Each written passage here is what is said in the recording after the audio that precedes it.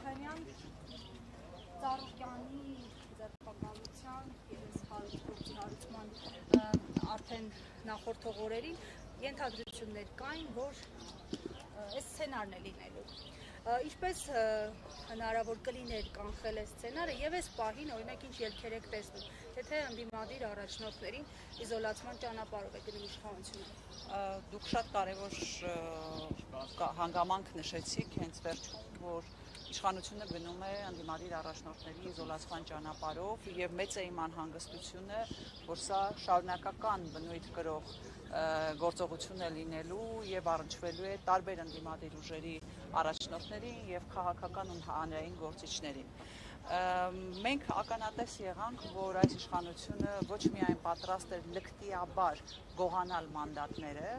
այլ նաև դրանից հետո շարունակել իրավական գործընթացներ, իրենց գնահատմամբ իրավական, բայց ակնհայտորեն քաղաքական գործընթացներ։ Եվ սա այլ կերպ քան քաղաքական հետապնդում կոչել չի կարելի, որովհետև մենք նախընտրական փուլում արդեն տեսել էինք, որ Նիկոլ Փաշինյանը հայտարարում էր, որ ուրեմն պատժելու է եւ, չգիտեմ, ասֆալտին է փռելու եւ մնացած արտահայտությունները չկրկնեմ ընդդիմադիր ուժերի ղեկավարներին եւ սա իր հայտարարած ուրեմն գործընթացի շարունակությունն է։ Ասել, որ այստեղ կա իրավական գործ, ինձ թվում է զավեշտի ժանրից կլինի, որովհետեւ այն ինչի շրջանակներում մեղադրանք են առաջադրել եւ այն ինչի շրջանակներում երեկվա 13 ժամանոց շոուն իրականացվեց եւ այլն, պարզապես խոսում է մեկ բանի մասին։ Փաշինյանը հրահանգ է իջեցրել եւ իր հրահանգը կատարում են։ Մեծ է նաեւ իմ անհանգստությունը, որ այդ հրահանգը այսօր կկատարի նաեւ այս դատարանում նստած դատավորը, որովհետեւ իրենցից այլ բան ակնկալել, քան Փաշինյանի հրահանգները կատարել հնարավոր չէ։ Այստեղ բազմաթիվ մարդիկ են հավաքվել աջակցություն Գագիկ Ծառուկյանի, նաև տեսնում ենք, որ տարբեր ընկերությունների աշխատակիցներ, որոնք անորոշության մեջ են հայտնվել, չիմանալով թե ինչ կլինի։ Այսինքն, սա դուք ինչպես որակեցիք քաղաքական է, բայց արդյունքում հազարավոր մարդիկ մնում են առանց աշխատանքի։ Մենք սա պետք է դիտարկենք երկու կոմպոնենտով։ Կոմպոնենտ 1 քաղաքական հետապնդում Գագիկ Ծառուկյանի նկատմամբ, որովհետև տեսանք, որ այդ քաղաքական հետապնդման շրջանակներում ըստ քննչական կոմիտեի հայտարարության 70 ուրեմն օբյեկտում կատարվում էր խոզարկություն։ Արդյունքում այդ խոզարկություններից հետո փաստորեն կապարակնքվեցին այդ օբյեկտները եւ հազարավոր մարդիկ այս պահին հայտնվել են փողոցում։ Ես հասկանում եմ, որ Փաշինյանենց համար այլևս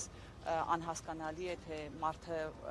օրվա այսպես հացի համար հոգ տանող մարդու համար ինչ է նշանակում, թեկուզ մեկ օրը չաշխատելը, որովհետև իրենք արդեն սովորել են հեշտ փողերին,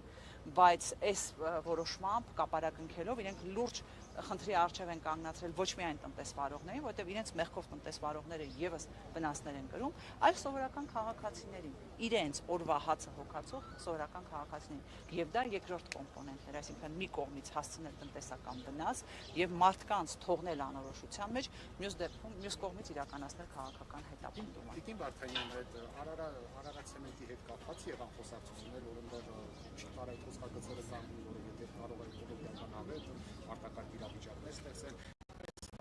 Իշխանությունը հաշվի առնում է եւ փաստորեն մեր ունեցած տեղեկություններով այդ գործարանը դեռ միջև զբաղանոցությանը մատնված, որ այնտեղ 24 ժամյա ռեժիմի աշխատանք է։ Տեսեք, շատ կարևոր հանգամանք եք նշում, մի կողմից տնտեսական վնասները, եթե մի կողմ թողնենք, այստեղ իսկապես կա վտանգ, որովհետև անվտանգության աշխատակիցներ այնտեղ պետք է լինեն, որոնք որ կերաշխավորեին, որ հանկարծ որևէ անվտանգային որևէ ռիսկ, որևէ խնդիր չառաջանա։ Բայց գիտեք, երբ որ այս մարդուն պետք է քաղաքական բավարարվածություն ստանալ, ինքը գնում է ամեն ինչի։ Ինքը նույնիսկ ստեղծում է անվտանգային լուրջ խնդիրներ եւ ռիսկեր, եւ մինչեւ այս պահը ըստ էության լուծված չէ այդ խնդիրը։ Հետո Աստված մի արածի, եթե իսկապես լուրջ խնդիր ունենա, ով է պատասխան տալու, այդ կապարակնքող ոստիկանները, թե վերևից հրահանգ իջեցնողը։ Այսինքն, երբ որ ինքը ունի ցանկություն, ուրեմն մարդկանց քաղաքական հետապնդման ենթարկել, որևէ բանի առջև կանգ չի առնում։ Նույնիսկ ուրեմն կարևոր անվտանգային կանոնների։ Եվ մի հարց էլ էլի հետաքրքիր է, Մոսկովի Ռուսաստանի այցի հետ էս շոուները կապում եք, թե չէ, ինչ-որ մի բան ուզում եք, որտեղ շատ են ասում են,